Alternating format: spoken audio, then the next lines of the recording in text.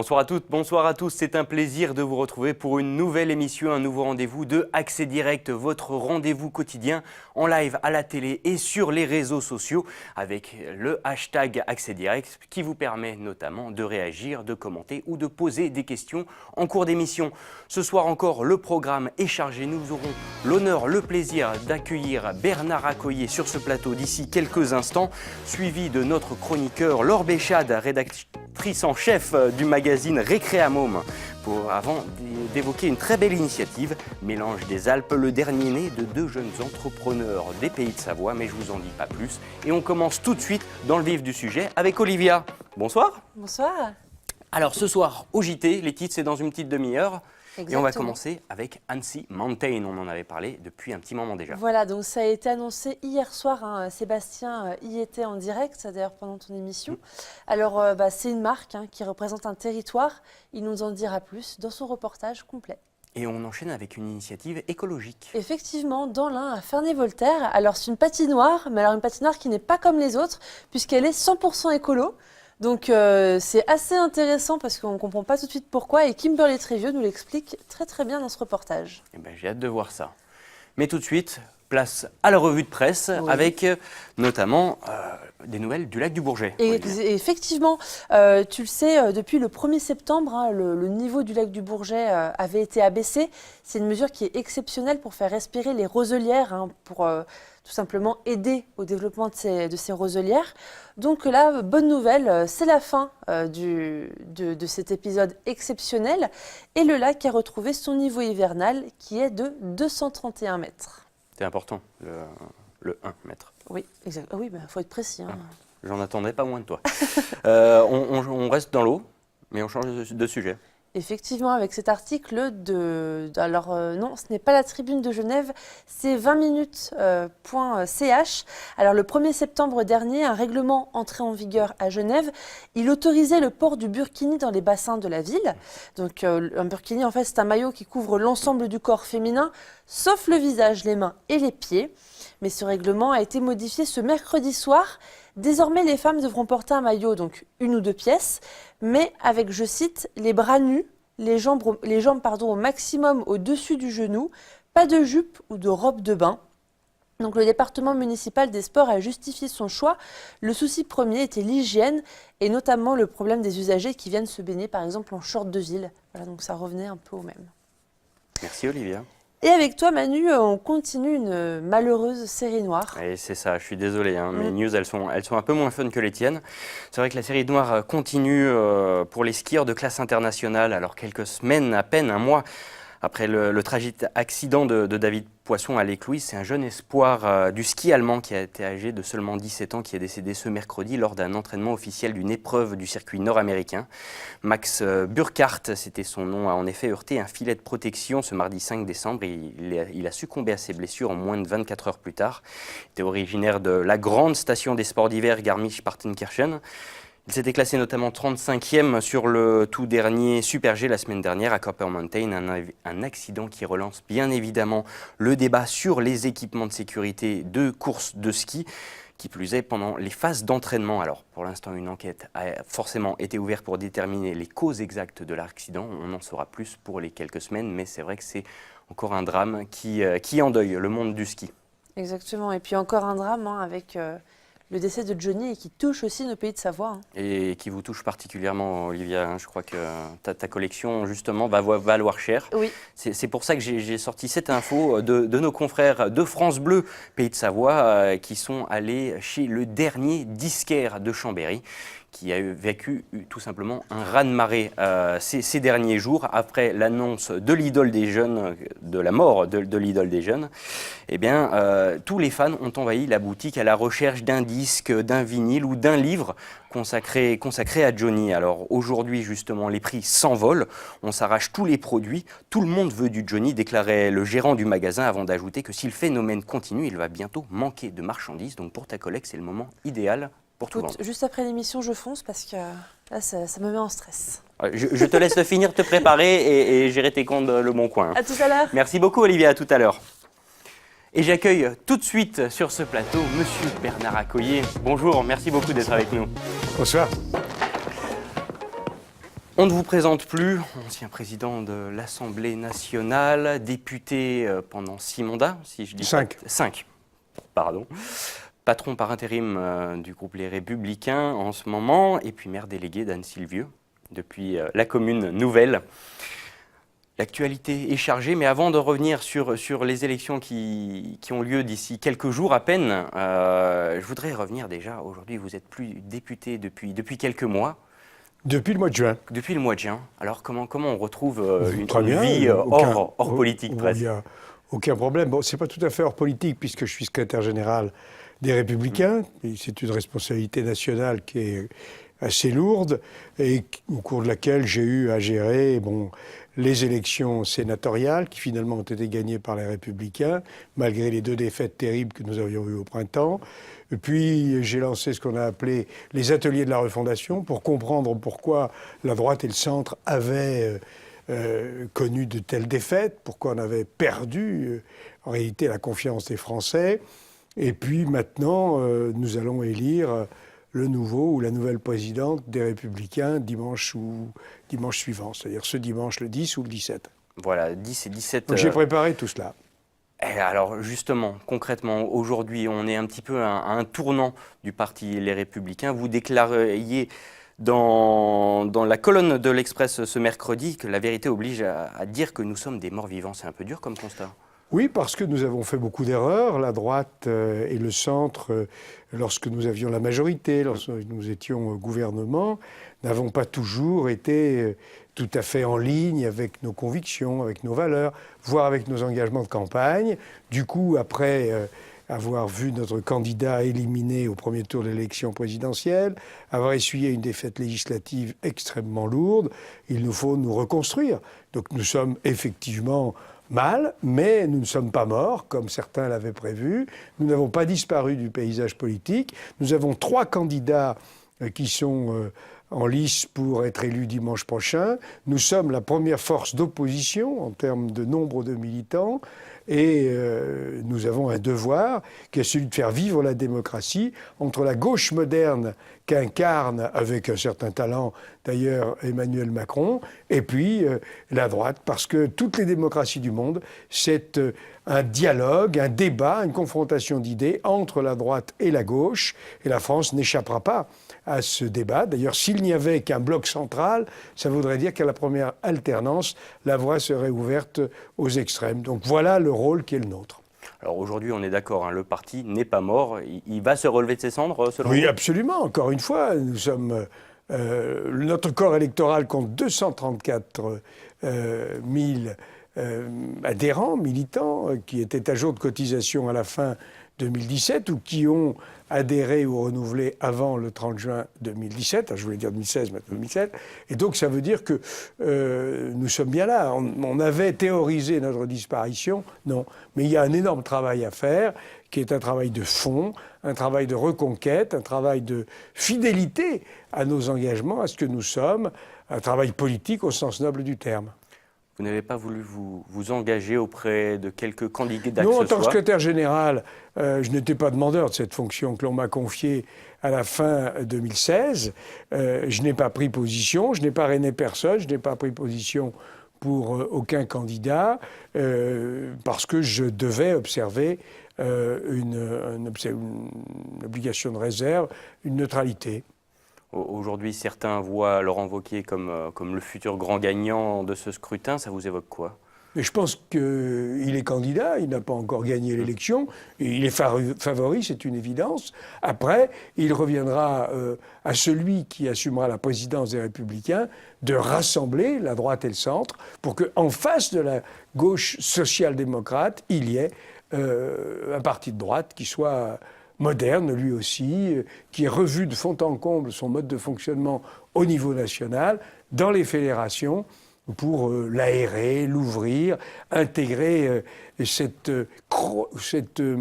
chronologie, ou plutôt cette mise en conformité avec ce qu'est notre monde d'aujourd'hui, ses réalités géopolitiques, ses réalités financières, ses réalités économiques, ses réalités scientifiques et technologiques. Les partis politiques n'ont pas suivi ces mutations et sont restés, en tout cas pour ce qui est des grands partis, ils sont restés un peu en retard par rapport au temps moderne. Donc c'est une refonte du parti, mais le système fonctionne aujourd'hui. Écoutez, en tout cas, les Républicains existent, ils ne sont pas morts. Nous sommes le premier parti d'opposition. Pas une opposition systématique et de principe. Lorsque le gouvernement met en place des réformes qui étaient dans tous les programmes des candidats à la primaire de la droite et du centre, nous n'allons pas nous y opposer. Mais lorsque le gouvernement augmente de 25% la CSG, eh bien nous votons contre le budget, parce que c'est ça qui est en train d'être fait. Une fois que vous aurez lâché ces fonctions de niveau national, vous avez plus d'évocation. Je lisais dans un article de Paris Match ce matin que votre ambition maintenant, c'est de rester maire délégué d'Anne-Sylvieux. Alors je suis maire délégué d'Anne-Sylvieux, oui. Nous sommes au cœur de la plus grande, la plus importante fusion de communes de France. C'est un défi. J'entends avec mes collègues élus, avec le maire d'Annecy, faire que cette fusion soit une réussite pour nos concitoyens, qu'elle permette d'éviter ce qui va être le lot de toutes les collectivités de France, qui n'auront pas anticipé ce qui va se passer avec la baisse des dotations, la hausse massive des impôts. Ça, c'est mon objectif, en même temps que nous gardions l'œil sur notre compétitivité économique, sur les problèmes de déplacement qui sont devenus un problème majeur dans le bassin annécien. On n'a pas fait une route depuis 25 ans, depuis la voie des Aravis. Du coup, on a les plus grandes difficultés pour se déplacer. Et certaines entreprises considèrent que c'est un handicap qui pourrait les conduire à partir. De la même façon que nous sommes enclavés au plan ferroviaire et que nous devons nous désenclaver. Il faut près de 4 heures pour aller à Paris en train. Donc il y a là une priorité. Il faut résoudre ce problème au plus vite. Sinon, avec la concurrence compétitive qui existe partout dans le monde, mais aussi en Europe, eh bien nos entreprises peuvent aussi se délocaliser. Donc c'est la responsabilité des élus de prendre les mesures pour qu'on puisse se déplacer en automobile et autrement, pour qu'on puisse se déplacer en chemin de fer, mais aussi en avion, et puis également que nous n'augmentions pas la pression fiscale, parce que c'est aussi notre compétitivité à laquelle il faut faire très attention au moment où Donald Trump a fait adopter sa réforme fiscale et que les entreprises de capitalisation américaines vont avoir des avantages à rapatrier leur production aux États-Unis. Donc c'est un travail de tous les jours. Donc c'est des enjeux locaux, mais à conséquences internationales, en fait. C'est la donne internationale et ce sont des enjeux locaux, économiques et sociaux majeurs. Et ceux qui disent il faut surtout plus faire une route, il ne faut pas faire ceci, il ne faut pas faire un centre de congrès, il ne faut pas aménager tel... Ils ne comprennent pas que l'on ne nous attendra pas, qu'ils regardent ce qui se passe en Europe, qu'ils regardent ce qui se passe dans le monde, ce qui se passe en Asie, ce qui se passe... On ne nous attendra pas. C'est à nous, parce que nous avons ce devoir vis-à-vis des jeunes générations, de garder un territoire compétitif. Et ça n'est pas un gros mot, c'est au contraire la voie à suivre pour demain pouvoir avoir toujours des emplois et un niveau de vie qui soit correct. Bon, c'est bien parti. En tout cas, aujourd'hui, la commune nouvelle a bien saisi ces enjeux. La commune nouvelle a anticipé les difficultés que les baisses de dotation vont créer aux collectivités qui ne se sont pas réorganisées, mais maintenant il faut que la commune nouvelle, grâce à cette avancée, à cet avantage, ne se lance pas dans des projets qui soient inconsidérés et qui n'aillent pas tous dans le sens de notre avenir économique et social. Même si vous passiez beaucoup de temps à Paris, vous êtes resté très très proche de tous ces enjeux. Même quand je présidais l'Assemblée, j'étais toujours passé 3 jours et demi ici sur le terrain, toujours. Donc bientôt retour à la vie civile, peut-être ? Alors oui, je n'aurai plus de responsabilité politique opérationnelle nationale. Je reste disponible pour le débat d'idées. Et puis j'ai créé une association qui s'appelle Démosciences à Paris. Je l'ai créée avec des collègues qui étaient à l'époque parlementaires avec moi, de droite, de gauche, avec des scientifiques, pour remettre les sciences au centre de la décision publique. Aujourd'hui, on a oublié que tout dépendait de la situation scientifique dans tous les domaines. Alors ça peut être les finances, ça peut être la géopolitique, mais ce sont aussi les technologies. Et j'entends des énormités sur les plateaux, sur les technologies, sur la modernité, sur ce qui fait que demain on vivra encore plus longtemps, qu'on sera encore plus connecté. Ou que tel ou tel médicament ou tel process serait toxique alors que la communauté scientifique ne le reconnaît pas. En réalité, on a glissé. Aujourd'hui, souvent, l'opinion l'emporte sur les réalités scientifiques. Donc finalement, ça, aujourd'hui, c'est un problème d'ampleur internationale. National surtout. La France est particulièrement handicapée par le poids de ce que l'on appelle le relativisme, le postmodernisme, des gens qui parlent de sujets, soit avec une volonté qui est celle de la décroissance, soit par ignorance. Donc vous aurez de quoi vous occuper en tout cas. Croyez-moi, je ne vais pas chômer. Merci beaucoup, monsieur, d'être passé sur nos plateaux. Merci. Je vous laisse repartir direction la régie.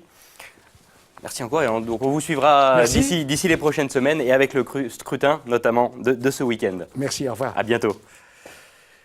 Et puis, je vais rejoindre justement notre chroniqueuse, Laure Béchade. Bonjour. Bonjour. Vous êtes donc rédactrice en chef du magazine Récréamôme. On le sait, hein, au cas où quelques personnes dans les pays de Savoie qui n'ont pas entendu parler de ça, vous le savez, c'est tous les bons plans activités pour les sorties, pour les enfants en famille, en Savoie, en Haute-Savoie. Alors, le dernier numéro vient de sortir, comme tous les 15 jours. De quoi il va y être question, pardon. Alors là, ce soir, je suis en direct, Emmanuel, de la Turbine, qui est le pôle culturel basé à Crangevrier, donc le pôle culturel d'Annecy, où on retrouve un cinéma, une médiathèque et la Turbine Science, qui est un endroit fabuleux que recommande dans chaque numéro Récréamôme, parce qu'on y découvre, on y fait de belles découvertes en famille, en s'amusant. On apprend les sciences en s'amusant. Et en ce moment, il y a une super animation planétarium. Allumer les étoiles. Et ce soir, je vais être accompagnée par Benjamin Rétaux qui sort du planétarium. Justement, on va en savoir plus d'ici quelques instants avec lui. Bonsoir Benjamin. Voilà, en attendant, je vais vous parler des événements de Noël qui arrivent et notamment ceux de ce week-end. Dès demain, on va dire bonjour à l'hiver à Annemasse. Alors c'est au-delà d'un événement de Noël, c'est un véritable. Je ne sais pas ce qu'elle dit. Vous ne m'entendez pas ? Vous m'entendez ? Ah, beaucoup mieux. Super. Voilà. J'ai un petit passage à vide. Merci beaucoup. Je parlais de Bonjour l'hiver qui démarre demain à Annemasse, qui est un événement où on va retrouver des spectacles, une patinoire, voilà tout cela dans le centre d'Annemasse. Il y aura aussi le démarrage samedi j'ai un petit trou, pardon. Des festivités de Noël aussi à Salanches, avec pareil, une belle programmation de spectacles jusqu'au 7 janvier, des ateliers, une patinoire. Et puis, le week-end d'après, dès le 15 décembre, démarrent également deux fabuleux événements à partager en famille. À Évian, le fabuleux village des Flottins. Et puis, le Big Barouf du Père Noël du côté de Bonneville, c'est nouveau. C'est un véritable festival de spectacles d'art de rue. Et puis, bien entendu, continue Noël des Alpes, Noël à Chambéry. À Chambéry, il y aura également l'espace Malraux qui propose une programmation de spectacles, d'ateliers, mais hors Malraux, dans différents endroits de la ville. Et puis, le 16, notez aussi à Annecy la grande parade de Noël dans les rues d'Annecy et également la féerie de Noël du côté d'Annecy-le-Vieux. Voilà pour Noël. Et puis au Centre Courrier aussi vont démarrer les spectacles féeriques chaque dimanche et tout ça c'est gratuit. Donc ça plaît beaucoup à Récréamôme, mais c'est pour ça qu'on vous recommande tous ces bons plans autour de Noël. Alors ça fait un programme chargé, donc vous n'avez aucune excuse si vous ne savez pas quoi faire pour ce mois-ci. Mais même s'il y a encore plein d'autres idées à piocher dans le magazine, il y a peut-être un petit coup de cœur de l'hiver, Laure. C'est la Turbine Science. Vous allez m'en dire quelques mots. Oui, et c'est l'animation Planétarium Allumer les étoiles. Alors je suis, comme je le disais tout à l'heure, ce soir en direct de la Turbine Science, devant ce planétarium, avec Benjamin Rétaux, donc, qui est médiateur scientifique à la Turbine Science. Alors Benjamin, expliquez-nous un petit peu ce qu'on va pouvoir découvrir avec vous. Alors, en quelques mots, tout d'abord, c'est vous proposer jusqu'au 25 février prochain de réaliser des séances de planétarium dans une ambiance conviviale. L'objectif, c'est de retrouver les grandes constellations qu'on connaît, la grande ours, la petite ours, peut-être Cassiopée, mais aussi de faire un focus et de se concentrer sur les objets du ciel à observer, particulièrement pendant l'hiver, dans l'hémisphère nord chez nous, comme par exemple la constellation d'Orion, le chasseur accompagné de ses 2 chiens, le grand et le petit, ou encore les Castor et Pollux, les fameux Gémeaux. Voilà, donc l'idée c'est quand même de vous donner envie de découvrir le ciel de l'hiver, de vous inviter aussi à retourner par vous-même et puis d'avoir quelques petites clés de lecture pour vous retrouver en faisant le lien avec tout ce qu'on découvrira ensemble dans ces séances planétarium. Je peux vous dire que moi j'ai testé hier avec une de mes filles, c'est fabuleux. Donc on est 30 minutes environ ensemble sous les étoiles. Donc Benjamin nous aide à lire le ciel d'hiver. Et puis après, il y a une animation également de 30 minutes à l'extérieur du planétarium. Vous pouvez nous en dire quelques mots également ? D'accord, Planétarium se poursuit, une petite animation qui se veut ludique, interactive. L'idée, c'est de vous présenter 2 thématiques que sont le solstice d'hiver qui aura lieu autour du 21 décembre prochain, qui va marquer l'entrée dans l'hiver, paradoxalement, des jours qui deviendront de plus en plus longs. Et puis aussi vous faire part d'un phénomène astronomique assez remarquable qui se fait tous les ans autour du 15 décembre, qu'on appelle les Géminides. C'est une pluie de météores, alors on les appelle souvent pluie d'étoiles filantes, à l'instar de ce qu'on vous propose d'aller observer l'été, par exemple la nuit des étoiles filantes, les Perséides, dans la constellation de Persée. Eh bien, tous les ans, en décembre, vous pouvez voir tout un tas d'étoiles filantes dans la constellation des Gémeaux, et une bonne occasion de faire quelques vœux pour la fin d'année et l'année à venir qui sera toute proche demain, 2018. Et ici, on peut aussi prolonger l'expérience sur les tablettes, les ordinateurs, où les enfants peuvent naviguer librement et assez facilement. Et puis, il y a des panneaux également avec des QR codes qui renvoient vers des ressources. Donc, on peut prolonger aussi et accompagner les enfants. Vous nous rappelez, Benjamin, les séances, quand est-ce qu'elles ont lieu et à partir de quel âge ? Alors, les séances planétarium, vous pouvez les suivre les mercredis et dimanches après-midi. On a 2 séances par après-midi. Pendant la période de vacances scolaires, notamment celle de Noël, on proposera ces séances du mardi au dimanche. C'est des séances qui sont accessibles au grand public, on va dire à partir de 7 ans. Et donc pour le jeune public, le 3-6 et plus bien sûr, on propose des séances les samedis après-midi. Donc là, je vous invite vraiment à vous tournez vers notre site internet pour vraiment faire des réservations, puisque c'est des séances qui sont en capacité assez aussi limitée. Donc prendre contact avec nous pour des réservations. On le rappelle, la turbinescience.fr. Et puis, à noter également qu'en haut de Savoie-Grand-Revard, donc c'est en Savoie, il y a la station Polaris, où on peut aussi observer les étoiles. Il y a aussi des animations proposées. Vous allez sur le site de la station. Merci beaucoup, Benjamin. Et juste pour finir, ce week-end, donc on annonce de la neige. Les stations ouvrent partiellement et vous pouvez retrouver dans le magazine Récréamôme, on vous a concocté une petite sélection des stations 100% famille et toutes ouvrent. Donc je parle de Pradly-Saumon, Pras-sur-Arly, les Ayons-Margeria, le plateau des Glières pour le côté nordique, Avoria, les Alpes du Léman. Et puis on se retrouve dans 15 jours. Oui, c'est ça. Et pour une chronique qui sera très axé sur les vacances, puisqu'on sera le 23 décembre, le 21 décembre. Le 23, on sera déjà en vacances, en tout cas les enfants, en train de préparer les paquets cadeaux. Je vous donne rendez-vous dans 15 jours, et puis venez ici découvrir Planétarium, allumer les étoiles, c'est fabuleux. Et Récréamo même testé avant de vous en parler. On était très contents d'être ici en direct de ce pôle culturel de référence de la région d'Annecy. Merci beaucoup Laure, merci aussi donc à Benjamin.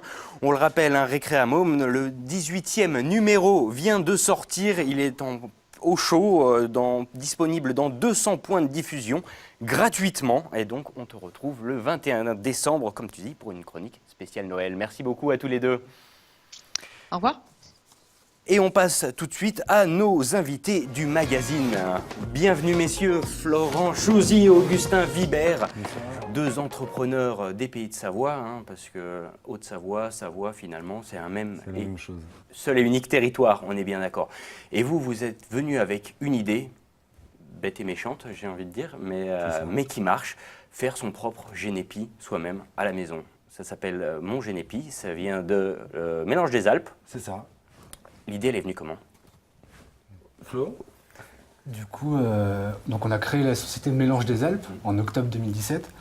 Et en fait, en faisant notre propre alcool, comme le rhum aujourd'hui qu'on peut faire chez nous, on s'est dit que ce serait intéressant de pouvoir développer un produit et forcément le Génépi. Donc du coup, on a créé un kit de préparation en fait pour faire son Génépi à la maison. Donc on a lancé Mon Génep. Alors, Premier produit du coup, pour la lignée de Mélange des Alpes. c'est génial, j'ai envie de dire, le concept s'est séduit tout de suite. Augustin, vous prévoyez déjà beaucoup de ventes pour ces vacances de Noël? Le produit a déjà plutôt bien pris. On a déjà à peu près une quarantaine de points de vente cavistes, grandes surfaces, qui nous revendent. On a essayé d'avoir des points de vente qui jouent le jeu du produit régional, parce qu'on est vraiment sur un produit local. Et on espère pouvoir faire des belles ventes sur la période de Noël, autant en magasin, mais aussi sur Internet. On travaille aussi également avec beaucoup de CE. On a des Savoie Mont-Blanc Touristes qui nous ont fait confiance pour leurs clients. On a Tefal qui travaille aussi avec nous. Donc voilà, l'idée est de développer le produit avec les acteurs locaux, sachant que le produit est vraiment un produit du coin. On a une plante qui est de Tarentaise, on a une bouteille qui est achetée aux Marches, à côté de Chambéry. Les étiquettes sont faites aussi dans le coin, donc on a envie de travailler la culture locale. 100% local. Voilà. Circuit court. Circuit court, et d'autant plus pour aussi avec Florent va vous expliquer l'usinage du produit, on va dire. Parce que forcément, donc on a mis en place une production de 5000 bouteilles pour le mois de décembre. Et forcément, on ne pouvait pas faire ça à deux. Donc on s'est rapproché d'ateliers pour assembler nos bouteilles. Et en l'occurrence, on a travaillé avec ADTP, les ateliers du TIU, qui eux sont basés à Crangevrier, donc en ESAT.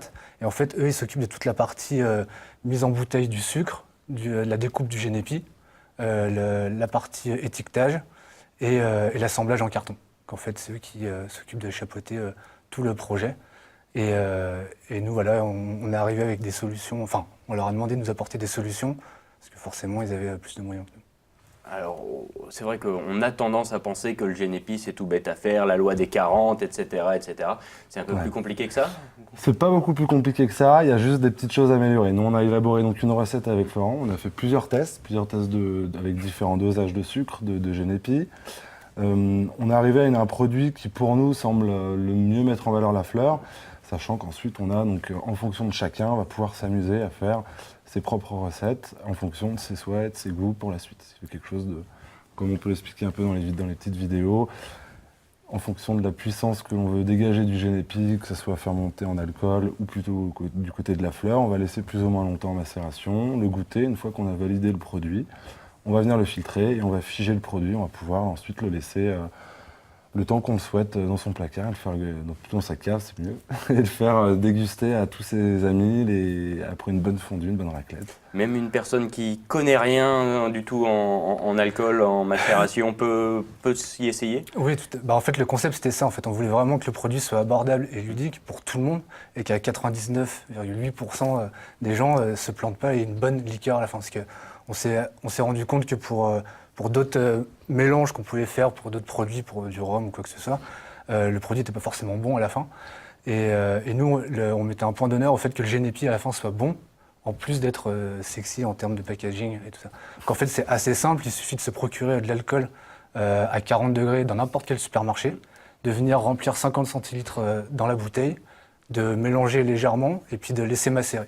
On a indiqué sur l'étiquette un espace pour mettre la mise en date de macération. Du coup, comme ça, on sait si on va laisser en fonction 20 ou 40 jours. On vient goûter, ensuite on vient filtrer. Et comme l'a dit Augustin, après on fait déguster. Et ça peut se les garder plus longtemps, j'imagine? Alors, on le garde longtemps, par contre, il faut bien penser à le filtrer. Si on le laisse trop longtemps en macération, on va apporter un goût qui va s'éloigner, il va perdre un peu le goût agréable qu'on va retrouver du Génépi, plus un goût de terre. Donc, pas dépasser plus de 40 jours, c'est ce qui est conseillé. Si on dépasse de 10 jours, ça restera quelque chose de bon. Mais on va rester monter sur quelque chose de plus liquoreux et de plus doux. Voilà. L'avantage, après, c'est que le concept, c'est vraiment que les gens peuvent aller tester. Et on peut aussi le laisser pendant un petit moment, voire plus, en fonction de nos goûts, et se rendre compte si on préfère quelque chose de plus corsé, quelque chose de plus terreux, En fait, on amène une base avec cette bouteille, mais derrière, c'est libre cours à son imagination et s'amuser. En fait, le but, c'est de s'amuser aussi là-dessus. Voilà, bien entendu. Une bouteille à vendre, c'est combien à peu près? On est à 16,90. Donc autant sur notre site internet qu'en boutique, on veut respecter ce prix qui est un prix juste pour nous, qui permet d'avoir un bon produit vraiment de chez nous, d'avoir un produit qui est fabriqué en France, comme on l'a dit, donc chez nous. Donc ça, autant sur notre site internet qu'en magasin. Ça veut dire que vous avez une team de cueilleurs qui parcourent les montagnes chaque année pour essayer de... Non, parce que c'est 10 brins par an et par personne, si je dis pas de C'est ça, c'est pour ça. Nous, on travaille avec quelqu'un Avec un producteur, D'accord. entre la Savoie et les Hautes-Alpes, qui lui s'occupe de faire, et c'est son métier de développer du génépi. Et aujourd'hui, cette année, il a eu une belle cuvée, il a eu plus de 190 kilos. Du coup, on a de quoi Ça faire. commence ça à permet faire. de travailler. C'est ça. Les deux travaillent. Alors le génépi est souvent, l'un est appelé bio. Un de nos récoltants le travaille le label bio et l'autre ne l'a pas, mais à 2000 mètres d'altitude, on va éviter de vaporiser de toute façon. J'imagine bien, Des- en respect Voilà, du site. on est sur quelque chose et de la nature. d'assez simple, qui pousse de manière qui a une certaine altitude, sans avoir besoin d'apporter tant de produits chimiques dessus. Voilà. Magnifique. Produits Vous l'avez compris, si vous êtes en rade de cadeaux de Noël, il y a une initiative très très bien qui vient de sortir. Donc création, c'était octobre C'est 2017, ça vient de sortir, donc n'hésitez pas. Messieurs, merci beaucoup De rien. de votre présence. C'est toujours un plaisir de vous avoir. Et puis pour finir cette émission en beauté, je vous laisse récupérer les bouteilles, mais pas loin, hein, à consommer avec modération, bien entendu, je vous le rappelle. Je réaccueille Olivia Boisson. Ça va, c'est pas trop le stress à 3 minutes de l'antenne pour toi? Non, ça va, pour l'instant. Ça va. On fait un petit rappel des titres, Oui, rapide. alors Bref, Annecy Mountains, quel accent. Donc c'est la nouvelle marque du territoire, donc Annecy à lac et montagne. Donc ça représente... c'est une marque qui a été lancée hier en fait, hein. Donc Sébastien Germain était sur place et il nous a fait un sujet. Et le deuxième reportage est de Kimberly Trivio, c'est sur une patinoire 100% écolo. Eh bien, j'ai hâte de voir ça. Merci beaucoup et je te Merci. laisse partir, finir de te préparer. En attendant, c'est la fin de cette émission. Merci à toutes et à tous de votre attention. Nous, on se retrouve très bientôt ou quand vous voulez sur nos réseaux sociaux en replay. Puis d'ici là, à très vite sur 8 Mont Blanc.